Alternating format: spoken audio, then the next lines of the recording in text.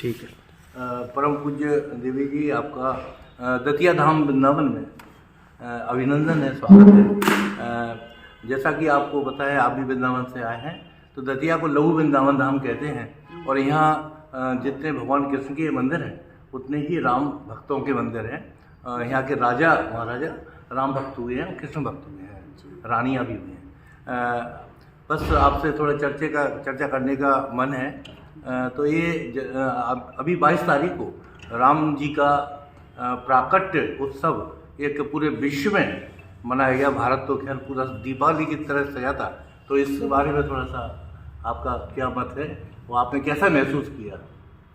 सबसे पहले तो मेरा आप सभी दर्शकों को जय श्री राम।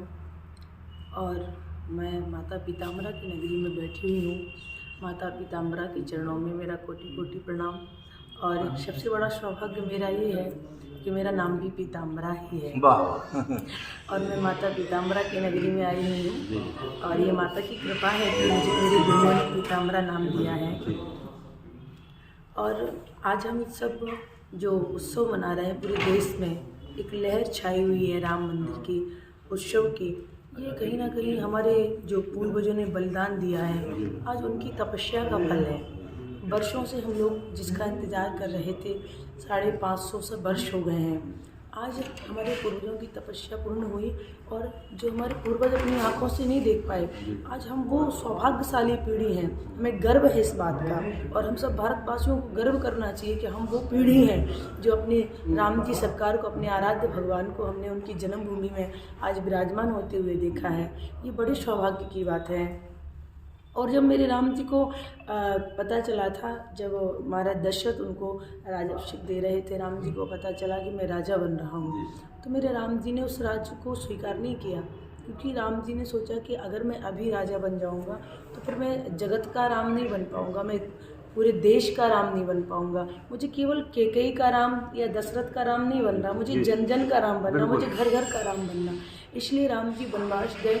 और वनवास में जाकर के मेरे राम जी ने कोल भीलों को स्वीकारा। क्योंकि राम जी ने सोचा कि अगर हम नहीं जाएंगे तो केवल हम एक रघुवंश के राम रह जाएंगे। लेकिन राम जी रघुवंश को छोड़ करके जंगल गए, कोल भीलों को हृदय से लगाया, तो मेरे राम कोल भीलों के भी बन गए। और वहाँ आगे जाकर के भगवान सबरी से मिले, सबरी को भी भगवान ने स्वीकारा। गीधों को, पक्षियों को भी भगवान ने स्वीकारा, उन पक्षियों को भी हृदय से लगाया। तो सबको स्वीकार करके जगत समरसता के प्रतीक के रूप में वो जी जी भगवान। तो जैसे अभी आपने देखा, पूरे भारत ने और विश्व ने उसको मनाया है। और पूरा भगवा एक वातावरण उत्पन्न हुआ था।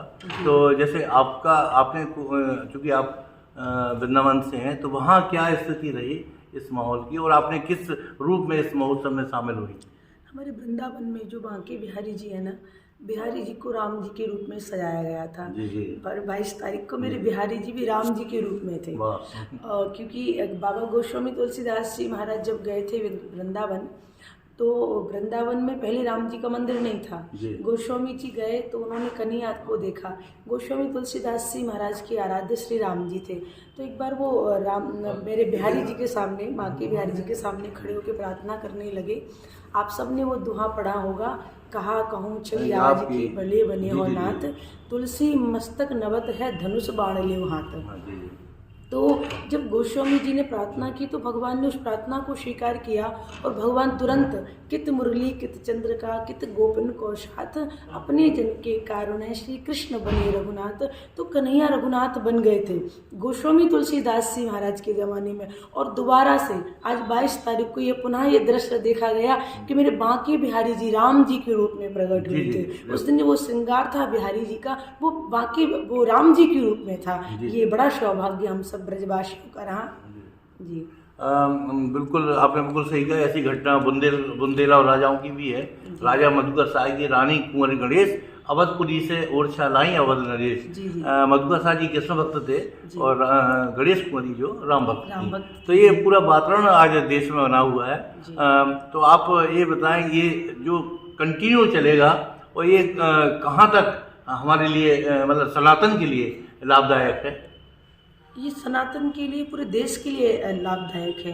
क्योंकि अब हमें लगता है कि कहीं ना कहीं मेरे राम जी बैठ गए तो राम राज्य की स्थापना हो चुकी है। जी, जी। और ये राम राज्य की स्थापना जो हुई है ये अनवरत चलनी चाहिए। और हम निवेदन भी करते हैं अपनी आज की युवा पीढ़ी से कि हम सबको सनातन की ओर आना चाहिए, अपने हिंदुत्व से जुड़ना चाहिए, हमें अपनी संस्कृति को अपनाना चाहिए। लेकिन आज जो हमारी युवा पीढ़ी है ये भटक रही है, हम लोग पाश्चात्य सभ्यता अपना रहे हैं। आप आइए हमारे वृंदावन में देखिए, जो विदेशी है ना वो विदेशी कृष्ण भक्त बन के तिलक लगा करके और किस तरह से उनकी जो महिलाएं हैं ना वो गोपी बन करके रहती हैं, उनके नन्हे नन्हे बच्चे भी तिलक धारण करते हैं, धोती कुर्ता पहनते हैं। और आज हम लोग अपने आप को हिंदू कहते हैं, हम लोग हिंदुस्तान वासी, हम लोग भारतवासी हैं। लेकिन हम लोग देखिए, हम लोग विदेशी सभ्यता अपना रहे हैं, हमारा पहनावा देखिए विदेशी हो रहा है, हमारा रहन सहन, हमारा खाना पीना सब हम लोग मतलब पाश्चात्य सभ्यता के अनुसार अपना रहे हैं। लेकिन वो विदेशी हो करके हमारे भारत में आकर के